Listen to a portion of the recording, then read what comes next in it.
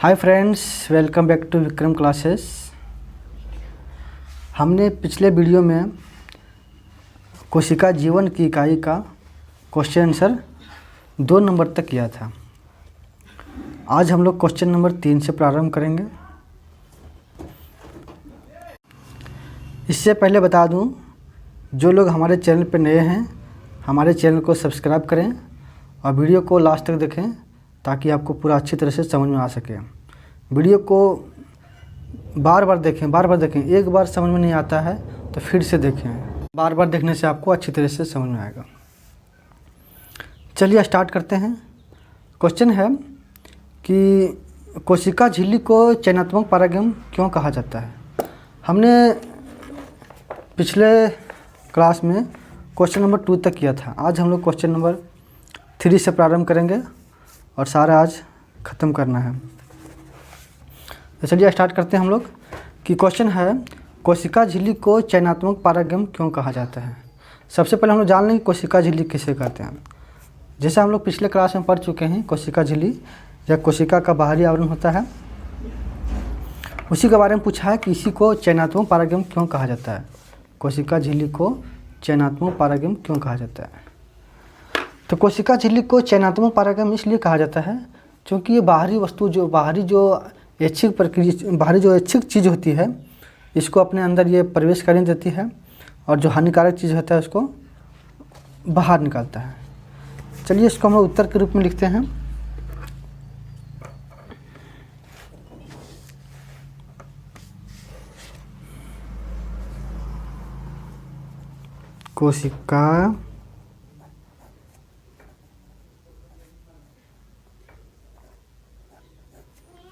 कोशिका झिल्ली में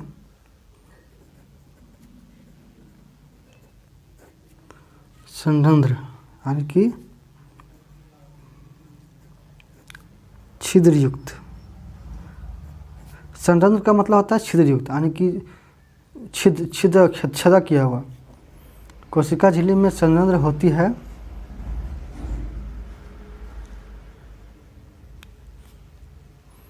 जो ऐच्छिक पदार्थों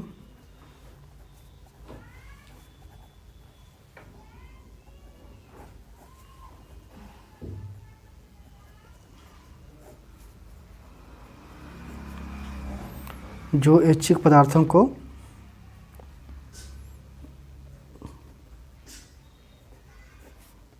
अंदर आने तथा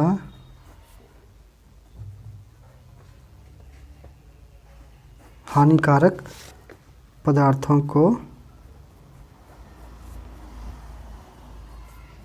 बाहर जाने देती है।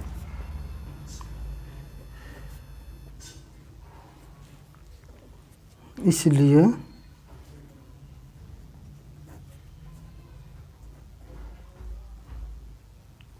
कोशिका झिल्ली को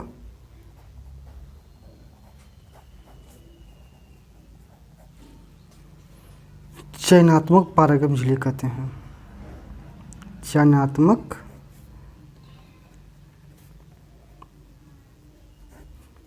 परागम कहते हैं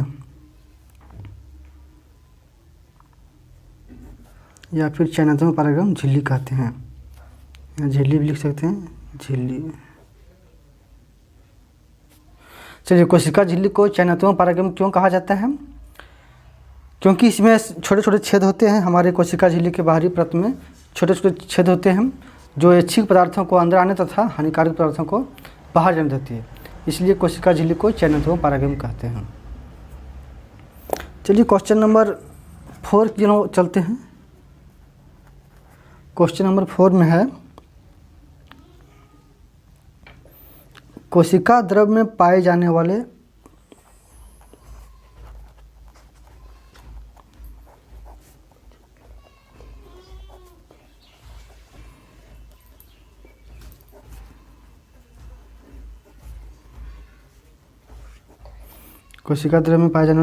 विभिन्न अंगकों के नाम लिखें।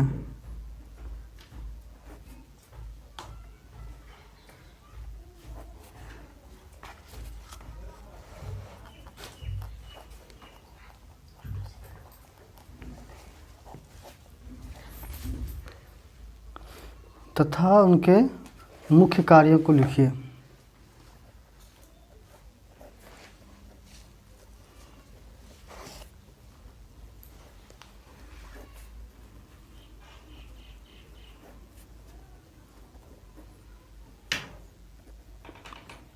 को लिखिए। चलिए क्वेश्चन है, कोशिका द्रव में पाए जाने वाले विभिन्न अंगों के नाम लिखिए तथा उनके मुख्य कार्यों को लिखिए। कोशिका द्रव जो बीच में होती है, बीचों बीच में होती है, उसमें कौन कौन से अंग पाए जाते हैं, उनके नाम लिखना है और उनके क्या क्या कार्य है उनके बारे में लिखना है। चलिए आगे उसके बारे में लिखते हैं कुछ।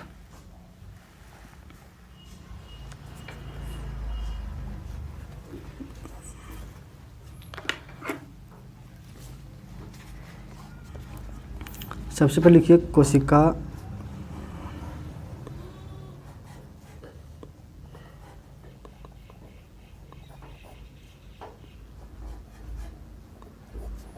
कोशिका द्रव्य में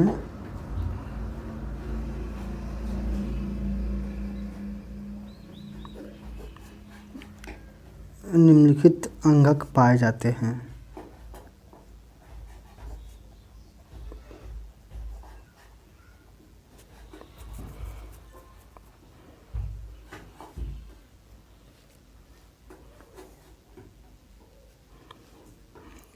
फर्स्ट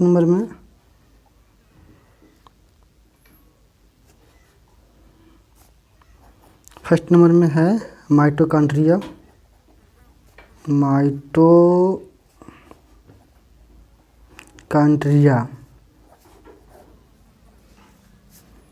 चलिए, कोशिका द्रव में निम्नलिखित अंगक पाए जाते हैं। माइटोकॉन्ड्रिया हो गया। 2 नंबर में हो गया राइबोसोम।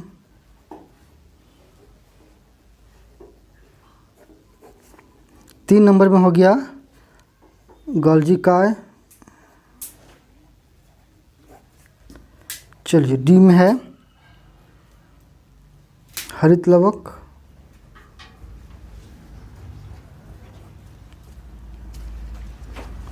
ई में है रसधानी। और भी सी चीज़ पाए जाते हैं, लेकिन हम लोग मुख्य चीज़ों के बारे में देख रहे हैं। अब लिखिए इनके कार्य, इनके प्रमुख कार्य हैं। इनके प्रमुख कार्य हैं। चलिए फर्स्ट नंबर बात करते हैं हम लोग माइटोकॉन्ड्रिया का। माइटोकॉन्ड्रिया,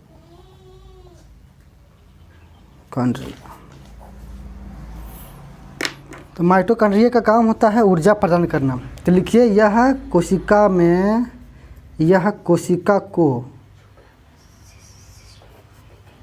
कोशिका को ऊर्जा प्रदान करता है। ऊर्जा प्रदान करता है।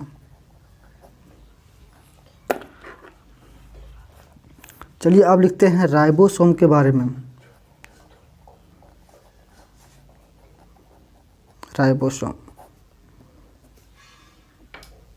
राइबोसोम का काम है प्रोटीन बनाना। तो लिखिए यह प्रोटीन बनाता है। यह प्रोटीन बनाता है। उसके बाद लिखते हैं सी नंबर में गोल्गी काय। गोल्गी का क्या काम है? गोल्गी का यह अपशिष्ट पदार्थों को कोशिका से बाहर निकालता है। चलिए लिखते हैं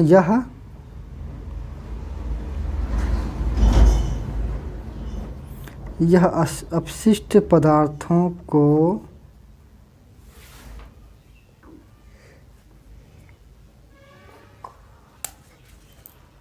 कोशिका से बाहर निकालता है।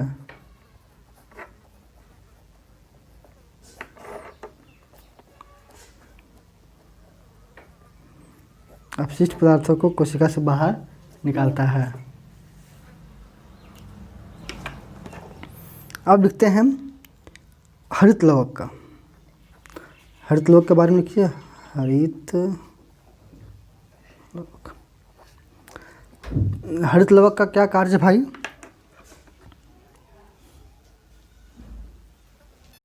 हरित लवक यह पत्तियों को हरा रंग प्रदान करता है। चलिए लिखते हैं, यह पत्तियों को हरा रंग प्रदान करता है।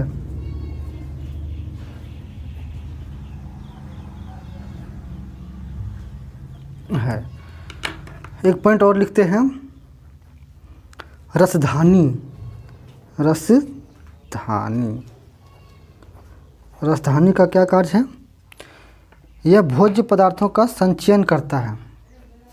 लिखिए, यह भोज्य पदार्थों का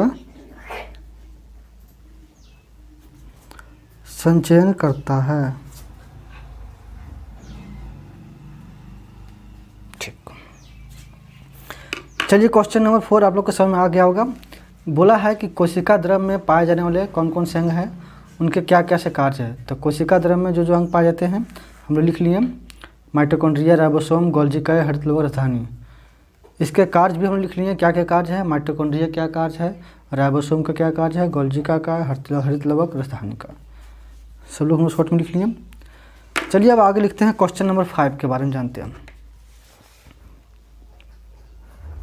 क्वेश्चन नंबर 5, तो क्वेश्चन नंबर 5 क्या आता है, कोशिका द्रव्य एवं केंद्रक द्रव्य में अंतर लिखने को बोलता है। क्वेश्चन नंबर 5 है, कोशिका द्रव्य एवं केंद्रक द्रव्य में अंतर लिखिए। ये दोनों द्रव्यों को संयुक्त रूप को क्या कहते हैं? यानी कि कोशिका द्रव्य और केंद्र द्रव्य के हम लोग को अंतर करना है, उसके बारे में लिखना है। और ये दोनों को जब संयुक्त कर देंगे, मिला देंगे, तो उसका जो नाम बनेगा उसको क्या कहते हैं, उसका रूप बनेगा क्या कहते हैं? इसका हम लोग उत्तर लिखते हैं। सबसे पहले लिखते हैं कोशिका द्रव्य एवं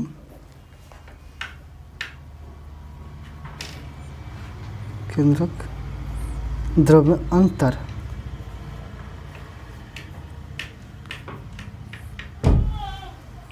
कोशिका द्रव्य केंद्रक द्रव्य में अंतर।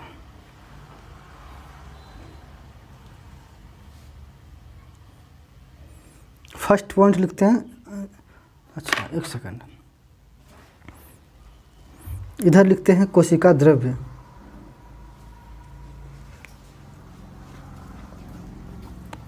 एक साइड लिखिए कोशिका द्रव्य, एक साइड लिखिए केंद्रक द्रव्य। कोशिका द्रव्य लेफ्ट साइड लिखना है, राइट साइड लिखना है केंद्रक द्रव्य। दोनों को पॉइंट बाय पॉइंट करना है। इसके लिखिए, पहला पॉइंट लिखिए, यह कोशिका में पाया जाता है। कोशिका द्रव्य जो होता है कोशिका में पाया जाता है, तो लिखिए यह कोशिका में पाया जाता है। यह कोशिका में पाया जाता है। केंद्रक द्रव्य यह कहाँ पाया जाता है, तो यह केंद्रक में पाया जाता है। इधर लिखिए, यह केंद्रक में पाया जाता है, पाया जाता है। चलिए अब पेज चेंज करते हैं, अगले पेज की ओर चलते हैं। इधर है कोशिका द्रव्य,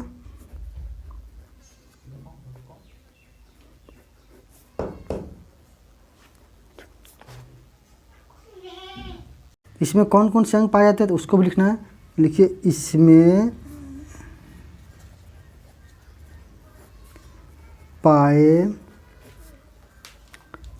जाने वाला अंगक। इसमें कौन कौन अंग पाए जाते हैं, चलिए लिखते हैं। फर्स्ट नंबर में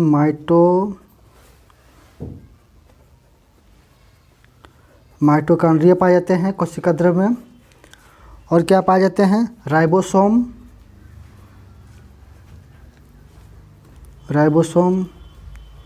और क्या पाए जाते हैं, रसधानी,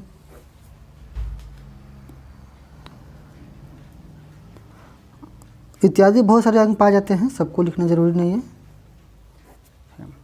इधर देखिए केंद्रक द्रव, केंद्रक द्रव में क्या क्या पाए जाते हैं, तो लिखिए पॉइंट नंबर 2 में इधर, इसमें पाए जाने वाले, इसमें पाए जाने वाले अंगक, यानी इसमें कौन कौन से अंग पाए जाते हैं, 1 नंबर में लिखिए केंद्रिका, केंद्रक द्रव में केंद्रिका पाया जाता है और गुणसूत्र पाया जाता है, गुणसूत्र पाए जाते हैं। चलिए इसमें हो गया। अब आगे क्वेश्चन और था इसमें कि दोनों को कोशिका द्रव और केंद्रक द्रव को मिलाने के बाद संयुक्त रूप को क्या कहते हैं, तो कोशिका द्रव और केंद्रक द्रव को मिलाने से संयुक्त रूप जो बनता है उसे हम लोग जीव द्रव कहते हैं। चलिए लिखते हैं, इसके संयुक्त रूप को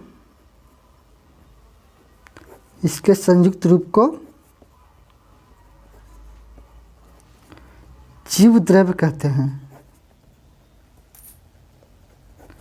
जीव द्रव कहते हैं। इसमें 2 क्वेश्चन था कि इसके कोशिका द्रव और केंद्र द्रव को संयुक्त रूप को क्या कहते हैं, तो संयुक्त रूप को जीव द्रव कहते हैं।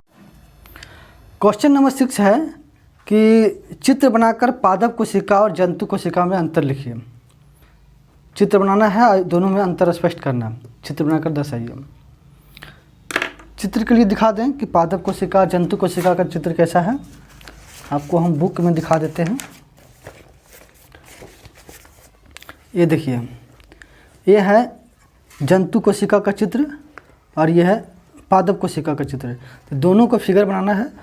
आप लोग फिगर ये फिगर को आप लोग बुक की सहायता से ड्रॉ कर सकते हैं और हम भी कोशिश कर देते हैं ड्रॉ करने का, लेकिन आप लोग भी बुक की सहायता से ड्रॉ कर लीजिएगा, इन लोग का नाम लिख लीजिएगा। चलिए हम भी कोशिश करते हैं ड्रॉ करने का।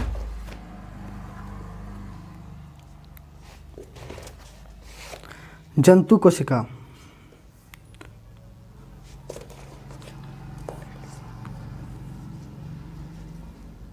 इधर करते हैं, पहले पादप कोशिका करते हैं। पादप कोशिका, पादप कोशिका,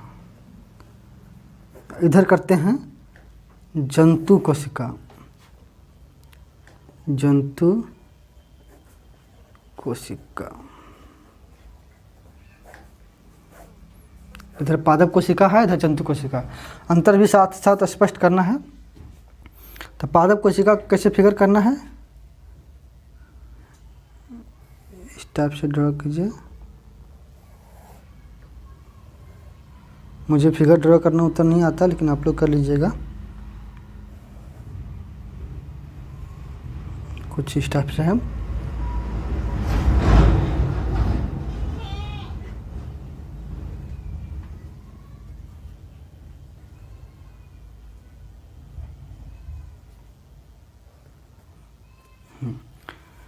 ये बीच में ये रिक्तिका का काम करता है। ये देखिए, ये रिक्तिका है,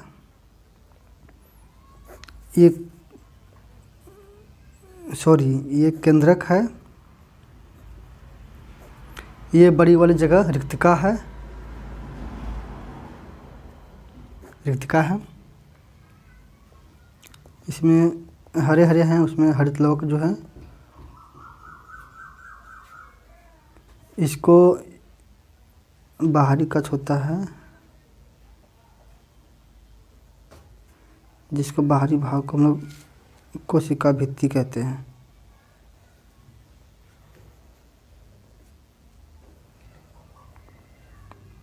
पौधों के बाहरी भाग जो होता है, छाल होता है, जिसको हम लोग बताए थे, तो इसको क्या बोलते हैं, कोशिका भित्ति। नामकरण भी कर दे रहे हैं, कोशिका भित्ति। और भी चीज़ पाए जाते हैं, आप लोग लिख लीजिएगा। ये हो गया आपका कोशिका झिल्ली,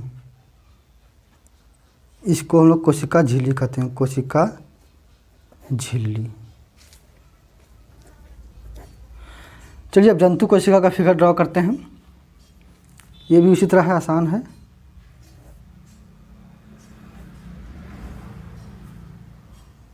कर देते हैं आसान भाषा में। कोशिका का आकार किसी भी तरह का हो सकता है। ये आपका हो गया कोशिका झिल्ली, बाहरी भाग है कोशिका झिल्ली। ये मध्य भाग है जिसको हम लोग कोशिका द्रव्य कहते हैं। इसको लिखिए कोशिका द्रव्य, कोशिका द्रव्य। ये सेंटर है जिसको हम लोग बोलते हैं केंद्रक। केंद्रक क्या बोलते हैं? केंद्रक। इसके जीव द्रव्य, कोशिका द्रव्य के अंतर्गत बहुत सारे अंग पाए जाते हैं जिससे हम लोग पिछले क्वेश्चन में हम लोग डिस्कस किए थे कि कोशिका द्रव्य में क्या क्या पाए जाते हैं। माइटोकॉन्ड्रिया, राइबोसोम, गोल्गी इत्यादि पाए जाते हैं। तो ये पादप कोशिका का फिगर है, ये जंतु कोशिका का फिगर है। अब हम लोग इसका अंतर स्पष्ट करना है, इनका अंतर लिखना है। चलिए अंतर लिखते हैं। एक नंबर में लिखते हैं, इसमें कोशिका भित्ति पाई जाती है। पादपों में कोशिका भित्ति पाई जाती है, तो लिखेंगे इसमें कोशिका भित्ति पाई जाती है। कोशिका भित्ति पाई जाती है। चलिए जंतु कोशिका में लिखिएगा इसमें कोशिका भित्ति नहीं पाई जाती है, तो लिखिए इसमें कोशिका भित्ति नहीं पाई जाती है। इसमें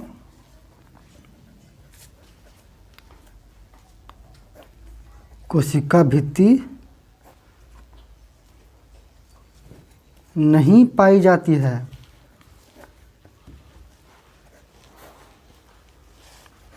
चलिए इसमें लिखेंगे सेकेंड पॉइंट, पादप कोशिका में इसमें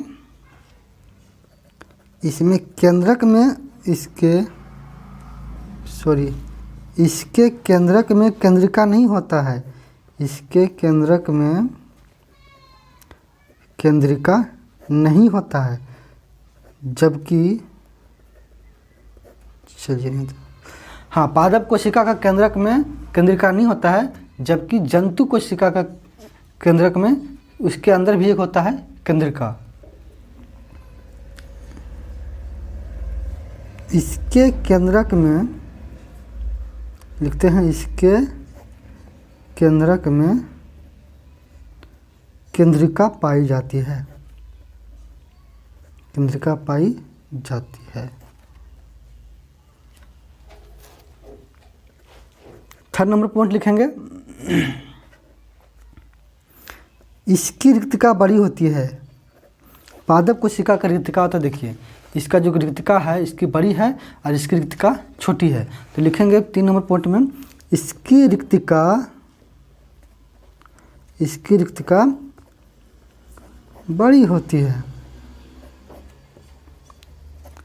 और जंतु में लिखेंगे इसकी रिक्तिका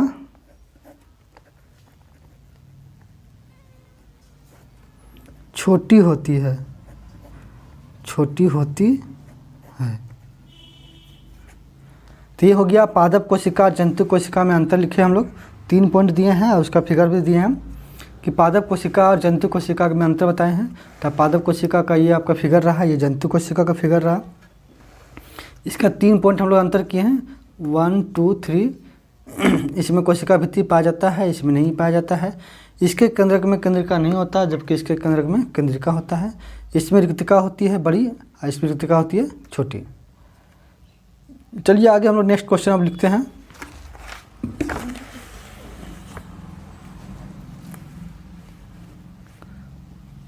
क्वेश्चन नंबर आगे है,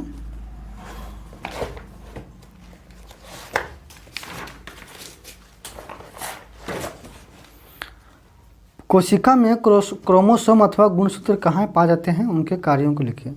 क्वेश्चन नंबर 7 में है, क्वेश्चन नंबर आपका 7 में है कि कोशिका में क्रोमोसोम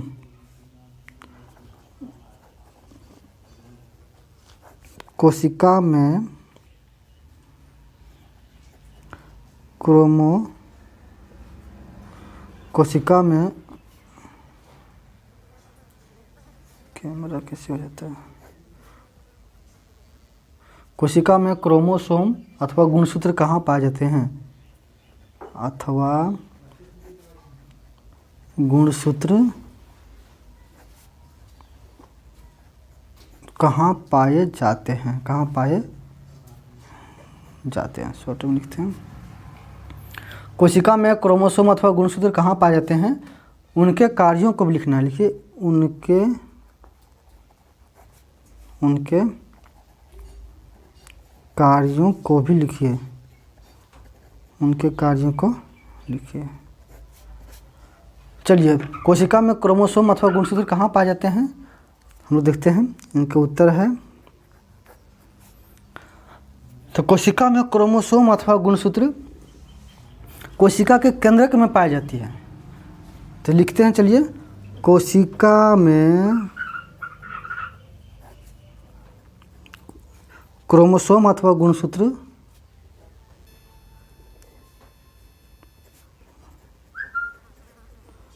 कोशिका में क्रोमोसोम अथवा गुणसूत्र कोशिका के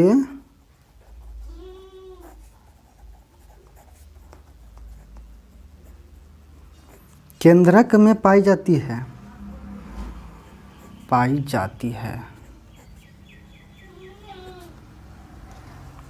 इसके कार्य भी लिखना है। तो कहाँ पाए जाते हैं गुणसूत्र? तो इसके कोशिका के केंद्र में पाई जाती है। अब लिखिए इसके कार्य।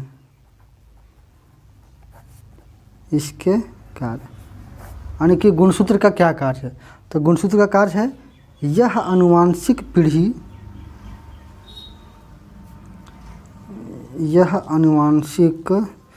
यह गुणसूत्र का काम होता है कि जनक का पीढ़ी एक पीढ़ी से दूसरी पीढ़ी में स्थानांतरित होती है। तो लिखिए यह आनुवांशिक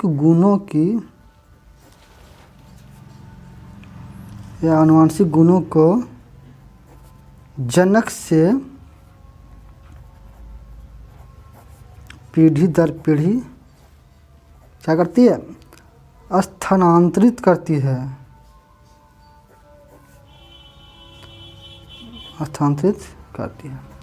तो गुणसूत्र का काम है पीढ़ी दर पीढ़ी को स्थानांतरित करना। क्वेश्चन नंबर 7 हो गया। क्वेश्चन नंबर 8 हम लोग करते हैं। क्वेश्चन नंबर 8 है कि पौध कोशिका में कोशिका भित्ति का क्या कार्य है? यानी कि पौधों की कोशिका में कोशिका भित्ति का क्या कार्य है? यानी पौधों में कोशिका झिल्ली के बाद जो कोशिका भित्ति होती है, यानी कि जो पौधों की जो छाल होता है उसका क्या कार्य है? बाहरी भाग जो होता है उसका क्या कार्य है? तो लिखते हैं, पौधे चल नहीं सकते हैं। क्या होते हैं? पौधे चल फिर तो नहीं सकते हैं। तो लिखिए पौधे चल नहीं सकते हैं। पौधे चल नहीं सकते हैं, इसलिए ताप में परिवर्तन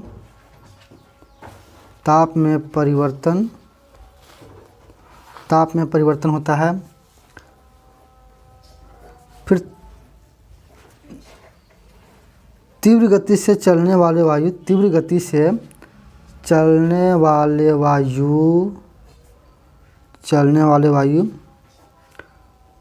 फिर लिखिए वायुमंडलीय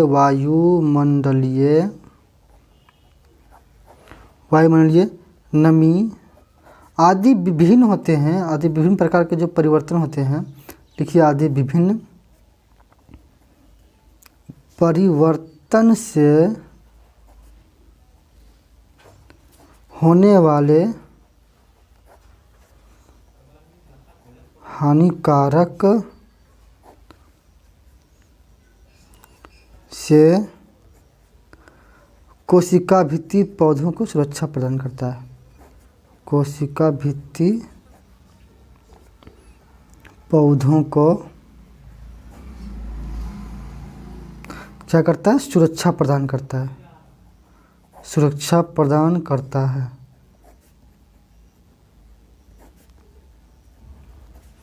क्वेश्चन नंबर 8 है कि पौधे कोशिका में कोशिका भित्ति का क्या कार्य है? तो देखिए पौधे चल फिर तो नहीं सकते हैं, इसलिए ताप में परिवर्तन, यानी कि ताप में परिवर्तन होता है, कम बेसी होता है धूप का ताप। तीव्र गति से चलने वाले वायु यानी वायु का जो चलन होता है, वायुमंडलीय नमी, वायुमंडल में जो नमी होता है इत्यादि विभिन्न प्रकार के जो परिवर्तन होते हैं, परिवर्तन से होने वाले जो हानिकारक होते हैं वही कोशिका भित्ति उन लोग से पौधों को सुरक्षा प्रदान करता है। ये क्वेश्चन नंबर 8 हो गया। क्वेश्चन नंबर 9 में आपका है, यहाँ तक तो किसी को दिक्कत नहीं होना चाहिए, क्वेश्चन नंबर 8 तक है, सब आसान भाषा में जो लोग पहले पढ़ चुके हैं वही सब है।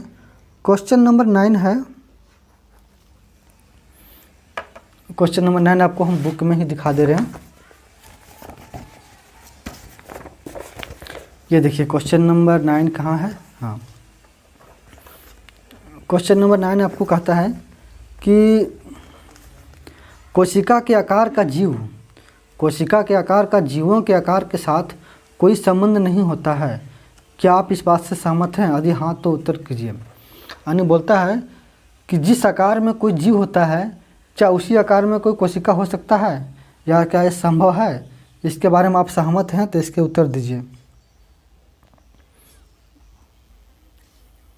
क्वेश्चन नंबर 9 में है कि कोशिका के आकार का जीवों के आकार के साथ कोई संबंध होता है, कोई संबंध होता है, क्या आप इससे सहमत हैं? यदि हाँ तो उत्तर को स्पष्ट कीजिए। यानी कोशिका का आकार जो होता है वो जीवों के आकार के साथ कोई संबंध होता है।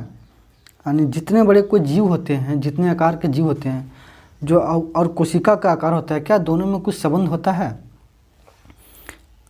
कोई अगर संबंध होता है तो उसके बारे में लिखिए, अगर नहीं होता है तो इसके बारे में लिखिए। क्या आप इससे सहमत हैं? यदि हाँ तो उत्तर को स्पष्ट कीजिए। तो कोशिका के आकार का जीवों के आकार के साथ कोई संबंध नहीं होता है, ये क्वेश्चन दिया हुआ। तो हाँ सही बात है, तो हम सहमत हैं कि कोशिका का आकार जीवों के आकार के साथ कोई संबंध नहीं लिखा। तो लिखिए हाँ, कोशिका के आकार जीवों के आकार के साथ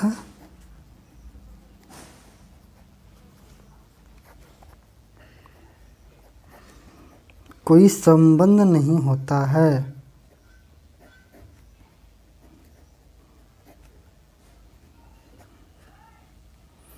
कोशिका, हाँ कोशिका के आकार जीवों के आकार के साथ कोई संबंध नहीं होता है, क्योंकि किसी जीव का शरीर का आकार और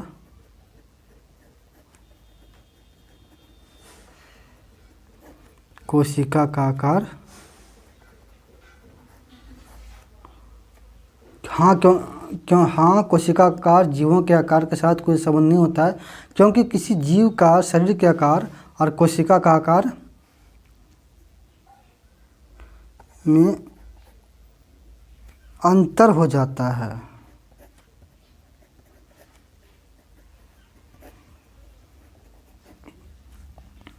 हाँ, चैप्टर नंबर 1 आपका कोशिका जीवन की इकाई था। ये चैप्टर नंबर 1 आज क्वेश्चन आंसर के साथ समाप्त हो गया। इसमें है चैप्टर नंबर 1 है कोशिका जीवन की इकाई।